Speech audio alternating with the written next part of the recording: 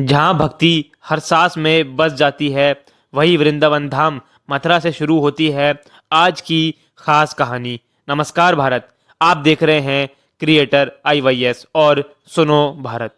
इस वीडियो में हम वृंदावन धाम पहुंचे और हमसे जुड़े उदयन शर्मा जी, जिन्होंने इस पॉडकास्ट में बात की आने वाले गणतंत्र दिवस में यानी रिपब्लिक डे के महत्व अवसर पर। साथ ही ये पॉडकास्ट एक श्रद्धांजलि भी है उनके पिताजी मगनलाल शर्मा जी की पुण्यतिथि के अवसर पर, यादों, संस्कारों और राजभक्ति के साथ। ये एक सिर्फ पॉडकास्ट नहीं, ये एक एहसास है, एक स्मरण है। सुनो भारत, क्योंकि भारत बोल रहा है। सभी दर्शकों को मेरा एक बार फिर नमस्कार और राधे राधे। श्री वृंदावन धाम में मैं भारत हूं और गणतंत्र दिवस के इस महीने में जो 26 तारीख को गणतंत्र दिवस हमारा आ रहा है, मेरे साथ है उदयन शर्मा साहब। उदयन शर्मा साहब, सबसे पहले मैं चाहूँगा कि हमारे वृंदावन धाम से एक शुभकामनाएं गणतंत्र दिवस के लिए देशवासियों को। मेरी सभी देशवासियों को, सभी ब्रजवासियों को गणतंत्र दिवस की हार्दिक शुभकामनाएं। आपके चैनल को भी, अजय शर्मा जी। भाई साहब, मैं भारत हूँ, संस्कार ही मेरी पहचान है और संस्कार ही मेरी मुस्कान है। इस देश के लिए क्या शुभकामनाएं देंगे? देखिए, भारत और संस्कार, ये दोनों चीजें बहुत जुड़ी हुई हैं। हमारी तो भाषा का नाम ही संस्कृति है, संस्कृत है, जो संस्कृति से जुड़ी हुई है। और संस्कार और गणतंत्र का क्या संबंध है वो भी बता दूंगा आपको। दुनिया वालों ने कहा कि भारत एक सपेरों का देश है, भारत राजतंत्र का देश है, सामंतशाही का देश है। लेकिन भारत गणतंत्र का सबसे पुराना देश है। जब सारे देवताओं में प्रतियोगिता हुई कि कौन महान है, तो गणपति ने केवल अपने माँ बाप को ही सर्वस्व मान के उनकी एक परिक्रमा की और प्रथम पूज्य बन गए। गणना शुरू ही गणपति से होती है। गणतंत्र का देवता है गणपति हमारे यहाँ, और वो संस्कार से जुड़े हुए हैं। मतलब अपनी संस्कृति का, अपने माँ बाप का, अपने संस्कारों का सम्मान करना हम सीखें। गणतंत्र दिवस पर हमारा यही संदेश है, भारतीय संस्कृति की ओर से, ब्रज की संस्कृति की ओर से। भगवान कृष्ण ने कहा, हम इंद्र की पूजा नहीं करेंगे, हम तो गोवर्धन की पूजा करेंगे। स्थानीयता का सम्मान करो, अपने धर्म का सम्मान करो, अपनी संस्कृति का सम्मान करो, अपनी पद्धति का सम्मान करो। यही मोदी जी भी कह रहे हैं, योगी जी भी कह रहे हैं, स्वावलंबी बनाओ भारत को, विदेशी माल को छोड़ो, अपने आप प्रोडक्शन करो। स्वधर्मे निधनम श्रेय पर धर्मो भयावह, श्री कृष्ण ने गीता में कहा है, स्वधर्म को अपनाओ। तो ये स्वधर्म क्या है? ये स्वधर्म कोई हिंदू धर्म या ये वैदिक ब्राह्मण धर्म मात्र नहीं है, या इस्लाम नहीं है, ये ईसाइयत या यहूदी धर्म या उपासना पद्धति नहीं है। स्वधर्म माने मनुष्य का अपना धर्म, जो उसके स्वभाव के अनुसार है, उसमें वो प्रयत्न करे। स्वभाव और प्रयत्न। मनुष्य असफल जब होता है जब वो अपने स्वभाव के विपरीत प्रयत्न करता है।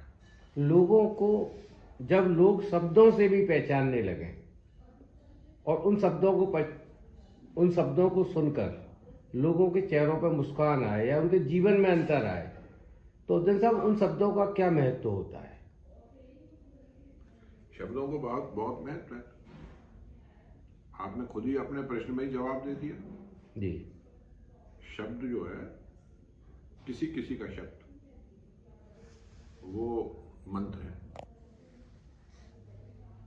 जैसे वंदे मातरम, ये एक मंत्र था। उस समय हिंदू, मुस्लिम, सिख, ईसाई सब ने इस मंत्र को अपना के, ये बंकिम चंद्र ने हमको दिया था जी, और आजादी की लड़ाई लड़ी गई। और अब ये मंत्र है अलगाववाद को पहचानने का। आज के युग में भी ये मंत्र असर कर रहा है जी, कि कौन हमारी संस्कृति से लगाव रखता है, कौन नकली आयातित विदेशी आक्रामक संस्कृति को अपनाकर हिंदुओं की संतान होकर, हिंदुस्तान का नागरिक होकर उसको पसंद है सारी चीजें हिंदुओं वाली, लेकिन दिखा क्या रहा है कि मैं वंदे मातरम नहीं कहूंगा। उसको होली पसंद है, उसको इस देश की मिट्टी भी पसंद है, वो गद्दार भी नहीं है, लेकिन क्या है, केवल एक नकल है।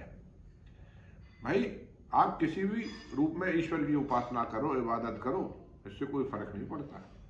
भारत इसकी इजाजत देता है, पर संस्कृति अपनी अपनाओ। क्या धोती पहनने से एक मुस्लिम भाई मुस्लिम नहीं रहेगा? बहुत से मुस्लिम धोती पहनते हैं। क्या जी। पायजामा पहन के ही मुस्लिम होगा? जी। वो सच्चा मुसलमान बनेगा अल्लाह की इबादत करके और इंसानियत को और भाईचारे को और तहजीब को अपना के, अलगाववाद से नहीं। पर्सनल जीवन में कभी ऐसा हुआ है उद्दीन साहब कि आपने मुस्कान के लिए शब्द पढ़े हो?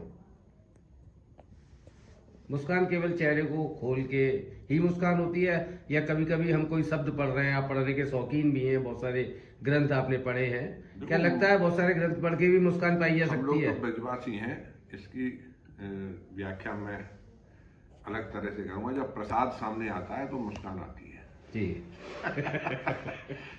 तो प्रसाद का अर्थ क्या है? भोग नहीं है।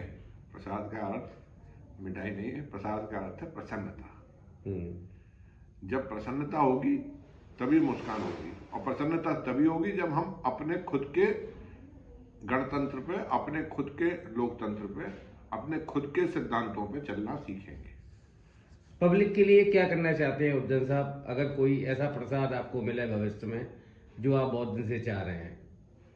देखिए, पब्लिक के लिए तो हम कर ही रहे हैं, और माणिक कितना भी सुंदर हो और कितना भी कीमती हो, माणिक एक रत्न होता है लाल रंग का, ये पहना हुआ है उसमें।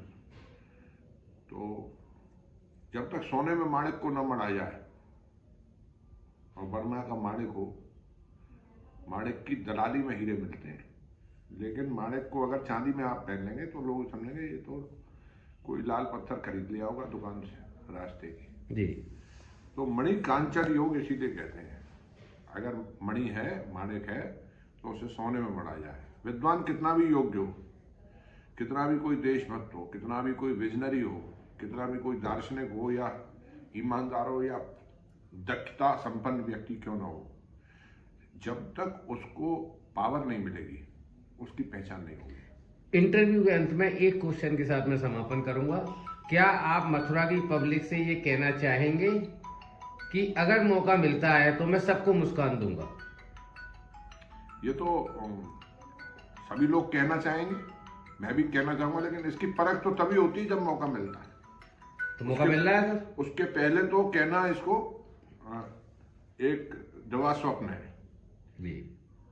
तो ये तो जो वृंदावन की